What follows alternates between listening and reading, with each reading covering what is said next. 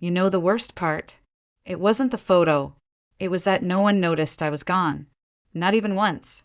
I stepped into my parents' house on Christmas Eve, boots dusted in snow, breath still fogging from the cold, and walked straight into the same living room I'd known since childhood. Everything looked familiar. The creaky oak floors, the over-decorated tree, the smell of nutmeg and something citrus roasting in the oven. But none of it felt like it belonged to me anymore. And then I saw it, hung dead center above the stone fireplace, framed in thick walnut wood with a subtle gold trim, was the new family portrait. Large, glossy, professionally shot. A portrait so crisp and proud, it was clear someone had spent time and money on getting it just right. There was my mother, Helen, smiling in her crimson cardigan, like she hadn't spent most of my life sighing at anything that didn't involve my sister.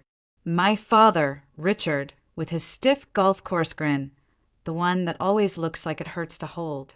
And Vanessa, of course, front and center in a beige sweater dress that probably cost more than my rent, posing like she'd just stepped off a holiday campaign shoot, all soft angles and manufactured laughter. And then nothing. No me. Not even an accidental elbow or a blur in the background. I wasn't shoved to the edge. I wasn't cropped halfway. I was simply not there. It wasn't a bad edit. It was a surgical one. Clean, intentional, deliberate, like someone had opened Photoshop, selected my entire existence with a perfect lasso tool, and hit delete.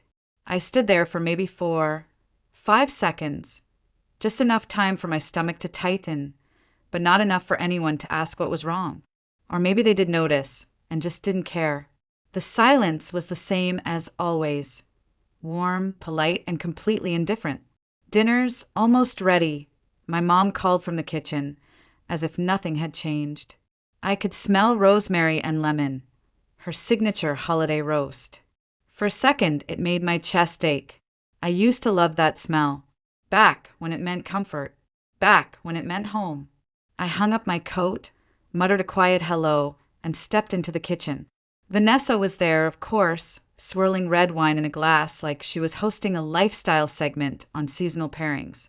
She kissed my cheek, not really, more like hovered near it, just enough to simulate affection without ever making contact. "You made it," she said, like this was her house and I was late for her event. I didn't answer, just smiled. The kind of smile you give after screaming into your pillow 3 times in 1 week and deciding silence costs less energy. We sat for dinner like we always did, or rather like they always did. My dad carved the roast with exaggerated care, as if we were filming a Hallmark commercial. My mom complimented Vanessa's skin twice and asked about her Barcelona trip. No one asked how I was doing. No one asked where I'd been. The only question I got was whether I still drove that little car, which we both knew was code for, "We've lost track of your life, but here's a vague question so we can pretend to care." I didn't fill in the blanks. I just watched Vanessa unwrap a small velvet box from our parents, a vintage pearl necklace. "It's not much," Mom said, and I had to bite back a laugh because the price tag was still tucked beneath the tissue paper. I caught the number. I'd have to skip rent and groceries to afford it. Oh my God, you guys," Vanessa beamed. "It's perfect." Dad smiled like he'd just bought her yacht. Meanwhile, my gift was a novelty mug, glossy white. In cheap gold letters it read, "Future CEO." Hilarious. Or tragic. Maybe both. I excused myself after dessert. Said I was tired.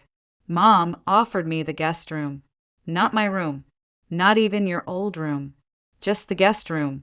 Beige sheets, dusty shelf, one lamp that flickered if you breathed near it.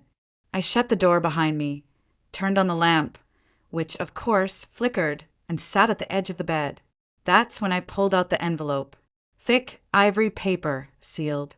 It had been sitting in my bag the whole evening.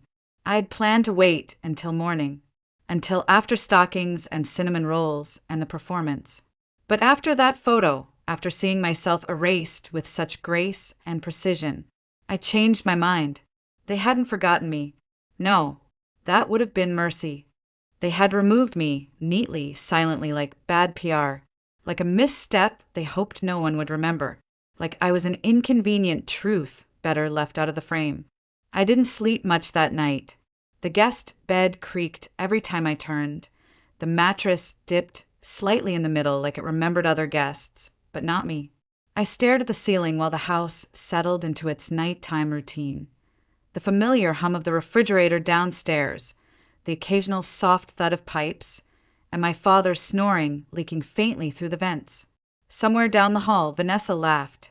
Her practiced, breathy laugh, the one she used for social events and Instagram reels. Everything about this house had the right rhythm, the right lighting, the right scent. Except me. I was the glitch in the algorithm. The envelope sat on the nightstand untouched. I traced my fingers across its edges in the dark. I could have handed it to them at dinner, slipped it beneath a napkin, dropped it on the table after dessert. But it didn't feel right. Not then. Not yet. I wanted the moment to land. To bruise, not just scratch. Morning arrived the way it always did in that house. Too bright, too cheerful, too rehearsed. The scent of coffee and cinnamon rolls drifted up like a marketing campaign for familial bliss. When I finally came downstairs, my mother was plating scrambled eggs like she was auditioning for a brunch magazine. My dad sat at the table, scrolling through his phone, nodding along to nothing. Vanessa was barefoot, sipping almond milk from a wine glass like the irony hadn't registered. "Good morning," my mom said, not looking up. "Hope you slept okay in the guest room." I poured myself coffee. "The mattress has a personality," I said.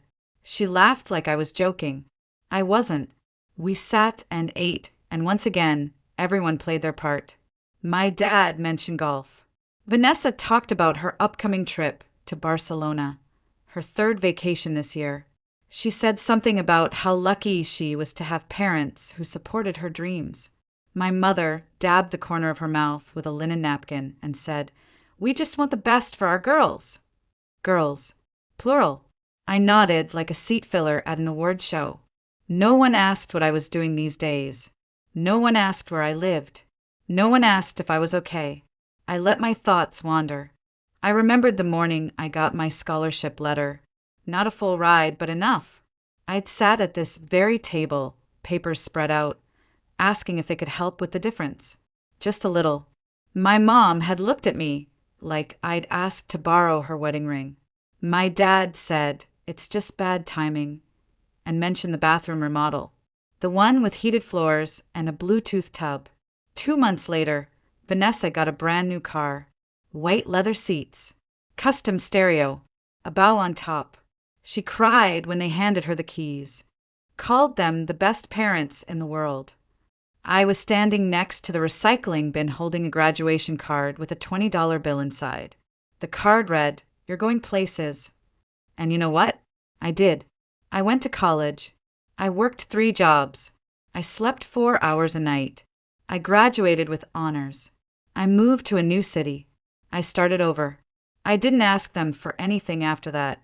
And they didn't offer. When I got sick, I didn't call. When I was laid off, I didn't call. When my apartment flooded and I lost almost everything, I didn't call. I bought a used mattress off Craigslist. I made do. Vanessa, meanwhile, was tagging Santorini in her Instagram stories, sipping cocktails on rooftops, sponsored by brands that wanted authenticity. Sometimes I wondered if it was just me. Maybe I was harder to love, less sparkly. Maybe if I'd worn more beige, smiled more, joined a sorority, played the piano instead of clocking night shifts, they would have noticed me. Maybe if I'd asked louder. Maybe if I hadn't made being fine look so easy. But then I remembered my 8th birthday. I had baked cupcakes. Mom forgot the pizza. We ate cheese slices on crackers. They left early because Vanessa had a dance recital the next day. "We'll make it up to you next year," they said. They didn't. I remembered the time I won the state science fair. The school called home. They replied with a text. "Nice job, smiley face," that was it. No dinner. No framed certificate. No celebration. Vanessa got a shampoo commercial, and they threw her a party with balloons and a cake that read, "Future Star." So no, it wasn't me. It was never me. The funny thing about being overlooked is that it doesn't hurt all at once. It's not one loud, dramatic betrayal. It's quiet, cumulative, a slow bleed. You don't even realize how much of yourself is gone until you try to stand up and something in you buckles. That's how it was for me. 1,000 small cuts, 1,000 little moments that said, "You don't matter, not as much." I didn't cry when I saw the portrait. I didn't cry over the mug. I didn't cry when no one asked if I was happy. Because the truth is, I had already cried. For years. I used to think I was just more reserved, less demanding. I told myself I wasn't as shiny as Vanessa, and maybe that was okay. Maybe being the independent one was my role.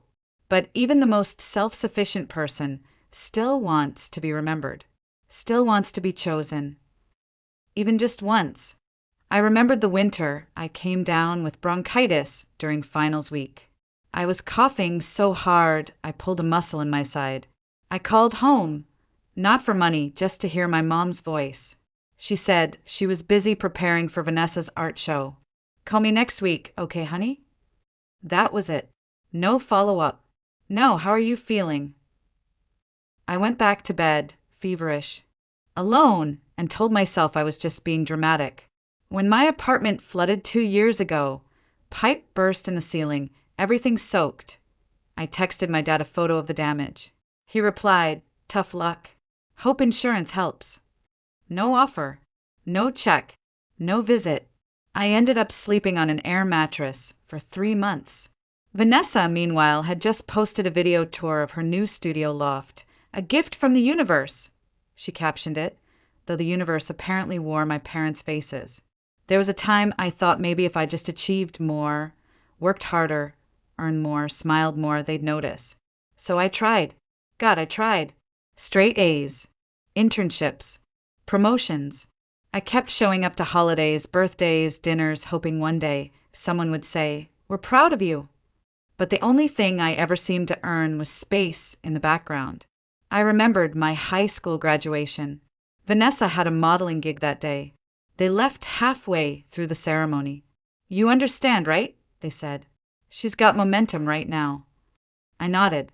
Of course I understood. I always understood. That was the currency I was raised on, understanding. Making excuses for their absence, their silence, their selective love. They're just tired. They don't know how to show it. Vanessa needs more help right now. I carried those rationalizations around like heirlooms. But the truth? They didn't love her more. They just loved her louder. With confetti and parties and public declarations. With framed photos and Facebook posts. They loved her like a billboard. Me, I was the fine print, the asterisk. I remembered baking my own birthday cupcakes at age 8. I had invited 6 friends. Mom forgot to pick up the pizza, so we had sliced cheese on saltines. The party ended early because Vanessa had a dance recital the next morning. "We'll make it up to you next year," they promised. They didn't. The next year, they were out of town. I remembered the science competition I won at state level. The school called to congratulate my parents. They texted back, "Nice job, smiley face, no dinner, no cake, no mention of it again." A month later, Vanessa landed a shampoo commercial. They threw her a party, balloons, music, a cake that said "Future Star." My name never made it onto frosting. And still I came home for the holidays, still smiled in group photos, still brought wine and gifts and awkward small talk, like a guest in my own story, hoping, deep down, that maybe this year would be different. But it never was. That Christmas morning, as I sipped their coffee and watched them orbit around Vanessa like she was the sun, I realized something. It wasn't that they didn't see me. They saw me just fine. They had just decided. I wasn't worth the space. I didn't find the truth on purpose. I wasn't digging for dirt or seeking revenge. I was just trying to renew my driver's license. That's how banal it started. I needed proof of address for a new job, something stable, something small. And the DMV, in its infinite bureaucracy, had rejected my online form 3 times. So I went down to the county records office in person, thinking it would be a 5-minute errand, just paperwork, just a formality. But the thing about paper trails is, they lead somewhere. While waiting at the clerk's window, I noticed a man beside me flipping through printed property records. Out of boredom, or maybe instinct, I glanced over and there it was. A name I knew better than my own. Mine, printed in clean, official font on the top corner of a title record. A property address I didn't recognize. At first, I thought it was a mistake. Maybe a clerical error. Maybe someone with the same name. But my curiosity. It has always been the one part of me no one could edit out. I asked to see the file. The clerk hesitated, then handed me the record. There it was again. Diana E. Graves, listed as the sole beneficiary and owner of a house in Montford. A beautiful old queen and home near the park, quiet street, wraparound porch, rent value through the roof. The deed had been transferred 6 years ago. The legal transfer initiated not by me, but by the will of my grandfather, the same grandfather who used to slip me peppermint candies and tell me I was the sharp one, the same man who died while I was still in school and whose estate, according to my parents, had barely covered funeral costs. I stood there, blinking too fast. The words blurred. I remembered that winter, how they told me there was nothing left. A few keepsakes, some furniture. He didn't have much, they said. He didn't want the family to fight over anything. I had believed them. Because I wanted to. I took a photo of the document and spent the next 2 weeks unraveling the rest. Title searches, tax filings, archived email chains from the estate attorney. A few polite, strategic questions to people who didn't know better than to answer. Every thread I pulled led to something dirtier. The house had been leased out for years, 3 tenants, rotating, rent collected monthly, deposited into an account I didn't own. Renovations done without permit, without my consent.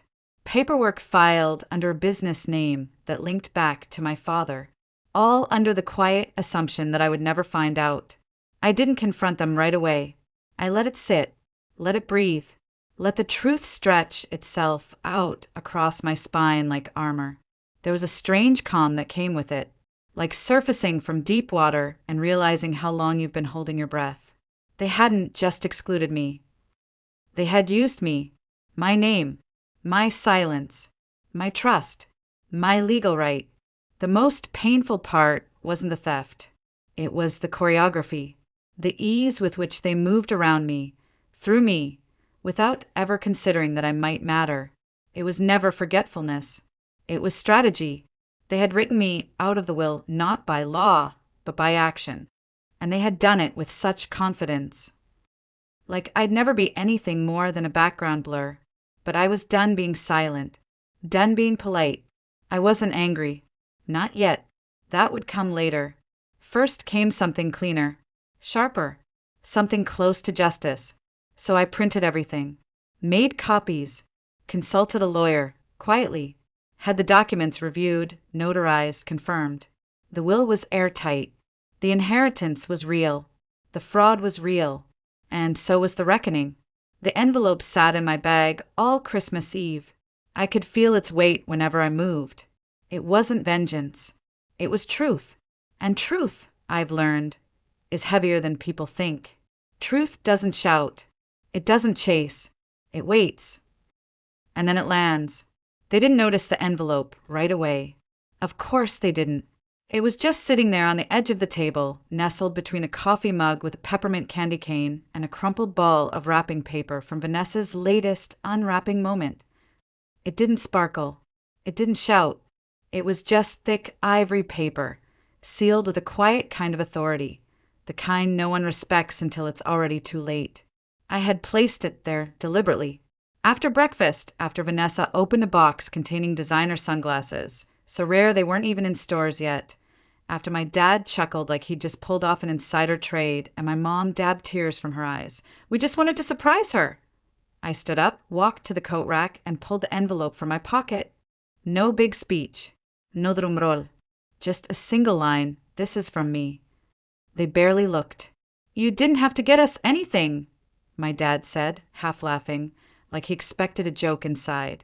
I smiled. I know. I wanted to. That's when my mom finally gave it her full attention. She turned it over, frowned slightly, then looked to me. Should we open it now? I shrugged. You can. But I'd rather you didn't. So, of course, they opened it. My mom broke the seal slowly, the way she opens wedding invitations from people she barely remembers, but still judges. My dad leaned in, peering over her shoulder. For a few seconds, all you could hear was the sound of paper sliding free, then pages turning, then silence. Not the normal kind, not the breakfast silence or the Vanessa's talking again silence. This one was different, heavy, shifting, like the moment before a chandelier falls. I didn't look up, just stirred my coffee slowly, but I could feel it.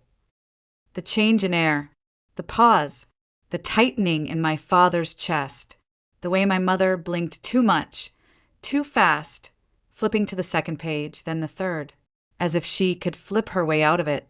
Vanessa glanced up, confused. What is it? No one answered. Mom. Still nothing. Seriously, what's going on? That was my cue. I figured it was time you knew, I said, setting my mug down. Merry Christmas.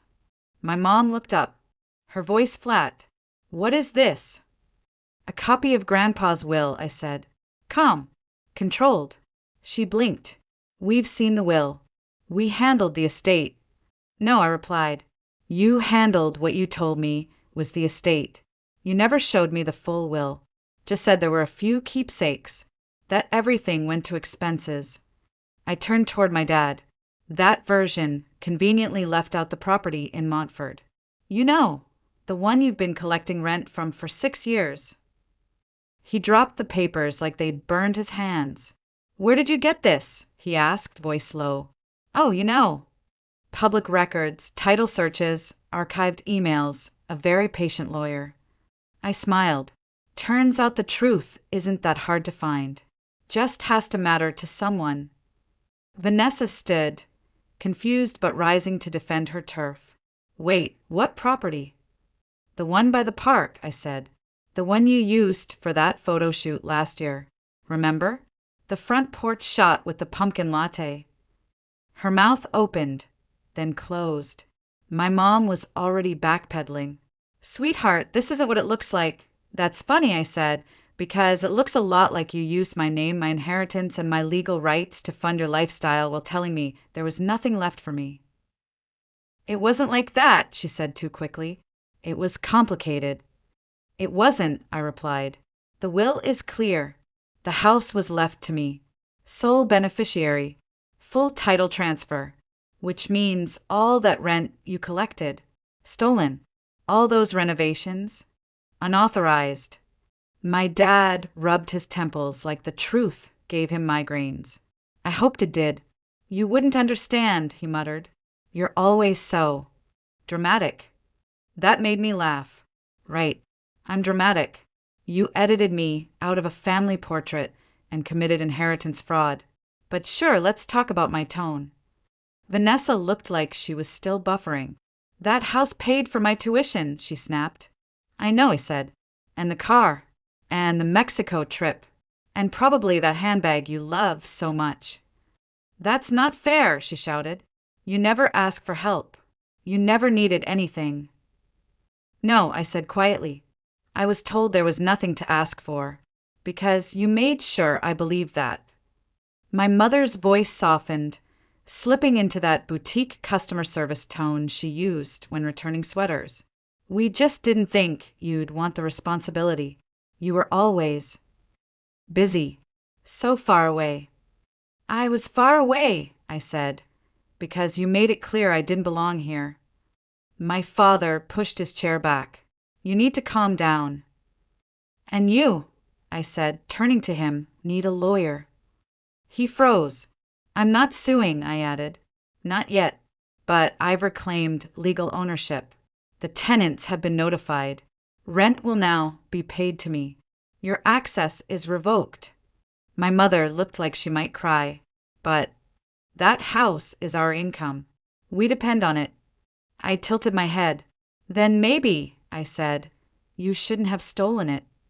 Her voice dropped to a whisper. We're family. I stood up slowly. No, I said. You're people I used to be related to. There's a difference. The silence that followed wasn't peaceful. It was thick, charged, the kind of silence that hums in your ears and makes your skin feel too tight. My dad stared at the documents like they might sprout teeth and bite him. My mom's face had gone slack, more from disbelief than shame.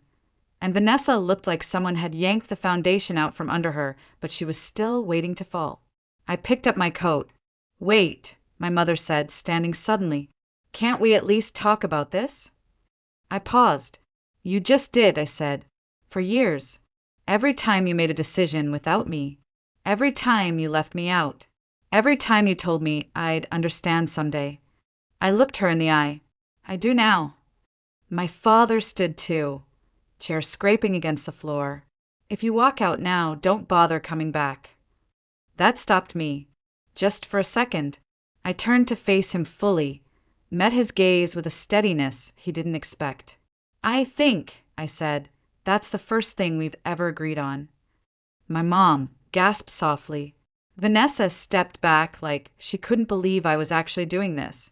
But I wasn't angry. Not anymore. I wasn't even sad. I just felt clean, like something had finally clicked into place, like I had spent my whole life twisting myself into the shape of someone they might love. Smaller, quieter, easier, and now I was done folding. I walked toward the door, slowly, deliberately. No one followed. No one called out my name. And maybe that was the most honest moment we'd ever shared. The air outside slapped cold against my face, but it didn't sting. It woke me. I slid into my car, shut the door, and sat for a moment, hands on the steering wheel, heart steady. I didn't cry. I didn't scream. I didn't blast music like in the movies. I just breathed, deep, full, like I hadn't in years. Because sometimes the most powerful thing you can do isn't to fight. It's to leave. And leaving was the loudest thing I'd ever done. 3 weeks passed before the first message came through. It was from my mother. Short, polished, hollow. Hi, sweetheart. We think there's been a misunderstanding. Can we chat sometime this week? Hope you're well. Love you. No punctuation at the end. Just love you. Dangling like a loose thread on a sweater that unraveled years ago. I didn't reply. 2 days later, another message. Please don't let this one thing ruin everything. Vanessa is very upset. Your father is trying to stay calm, but you know how he gets when he feels blindsided. Not when he lies, not when he steals, not when he erases his daughter from a family photo. No, when he feels blindsided. Poor guy. I said nothing. Then came a voicemail from my dad. I didn't listen to it, just stared at the notification until the screen dimmed and erased it. The last time he'd call me kiddo was when I offered to help set up his retirement account, and he said, let's leave the money stuff to people who understand it. Right, like him. Then came the email from Vanessa. You really think this makes you the winner? Fine, take the house. But don't come crying back when you realize money doesn't buy family. Followed by another one the next day. Mom and Dad are freaking out. They're talking about selling the condo. That what you wanted? Congrats. That one I read twice. Not because I felt bad, but because I wanted to be sure, absolutely sure, of how deeply this had shaken them. The house I reclaimed wasn't just a house. It was the spine of their finances. The rent from the tenants had paid for their mortgage, their vacations, Vanessa's tuition, even according to an old receipt I found. Mom's miraculous skincare routine. Without it, everything was unraveling. And the best part? I hadn't even asked for back rent. Yet, I didn't plan to move into the house. At first, it was just about reclaiming what was mine, drawing a line in legal ink, reversing the erasure. But when I stepped through the front door of the Montfort house for the first time, keys warm in my palm, late winter light spilling across the old hardwood floor, I knew this wasn't just property. This was sanctuary. It smelled like dust and something old, like a book that hadn't been opened in years. But it wasn't musty. It was waiting. The walls carried silence, but not the heavy kind, not the silence of being ignored. This was the kind that made space, the kind that said, "You're allowed to be here. You belong." The house was solid but neglected. Scratched baseboards, faded paint, creaky steps. My parents had taken rent for years, but had done the bare minimum. It didn't surprise me. They never invested in what they didn't plan to keep. So I did what they wouldn't. I stayed. I hired a contractor. I got my hands dirty. I painted the window sills soft sage green and scrubbed the kitchen tile until the pattern underneath emerged like a memory. I cleared out the attic and found boxes full of old furniture they'd stored there, pieces they hadn't bothered to tell me about. Most of it I donated, except for one thing, a navy blue armchair, worn but sturdy. I remembered sitting in it once, when I was little, on Grandpa's lap as he read aloud from a science magazine, his voice low and steady. It was the only thing that didn't feel borrowed. I lowered the rent for the tenants by $50, just enough to show I cared. One of them, a single mother with a toddler, left a thank you note on my mailbox. Handwritten, said I was the first landlord who made her feel like a human being. That note meant more to me than all the love yous my parents had tossed at me like confetti. The house didn't heal me. It wasn't that poetic. But it gave me something I'd never had growing up. Control over my space. My choices. My breath. I stopped checking my phone every hour. I stopped bracing for the next guilt-trip text or passive-aggressive voicemail. I started sleeping through the night. Not the restless kind of sleep where you wake up clenching your jaw. The kind where you forget the world for a while and wake up with sunlight on your face. One afternoon, I found a letter in the mailbox.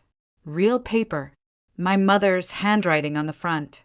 I held it for a long time before opening it, not because I thought it might be heartfelt, but because I wanted to mark the moment. The envelope smelled like her perfume. Inside, 2 pages neatly written full of "we didn't know," and "it wasn't intentional," and "we only wanted what was best for everyone." My favorite line, "You've always been so strong. We didn't realize you needed anything from us." That's what people say when they benefit from your silence, and need an excuse for never asking why you stopped talking. She closed with, "We hope someday you'll come home. Maybe we can start over. Maybe we can be a family again." No mention of restitution. No mention of the years of rent, or the lies, or the photo with my face removed. Just maybe. I folded the letter, placed it in a drawer. I didn't throw it out. I didn't answer. That was the last time she reached out directly. 3 years passed. I didn't reach out. They didn't show up. Every so often, I'd get a message through a cousin, a forwarded email. A Christmas card with no return address, just a plain white rectangle that said, "Thinking of you. Hope you're well." Nothing else. No apology. No ownership. Just a ghost tapping lightly on the window. And drifting away when I didn't answer. I bumped into my old neighbor from Asheville at a bookstore last winter. She asked if I was still managing that house on Chestnut Street. I smiled. "I am." She hesitated a moment, then said, "I heard your parents had a rough time of it." I didn't say anything, just nodded. "Well," she said, tilting her head, "you look happy." And I was. I still live in that house. Not because I have to, not out of spite, but because it's mine. Peaceful, full of light. I wake up to birdsong, not footsteps outside my door. I make my coffee without hearing passive-aggressive sighs about how I never call anymore.